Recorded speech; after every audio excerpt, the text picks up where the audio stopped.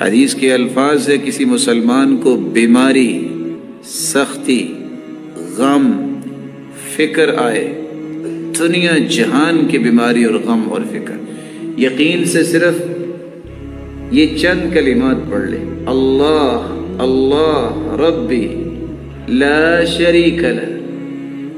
گنتی کے 5 حرف، اللہ اللہ ربی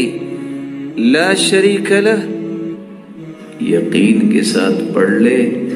دنیا جہان کا غم، پریشانی، سختی اور بیماری رب تعالیٰ دور فرما دے۔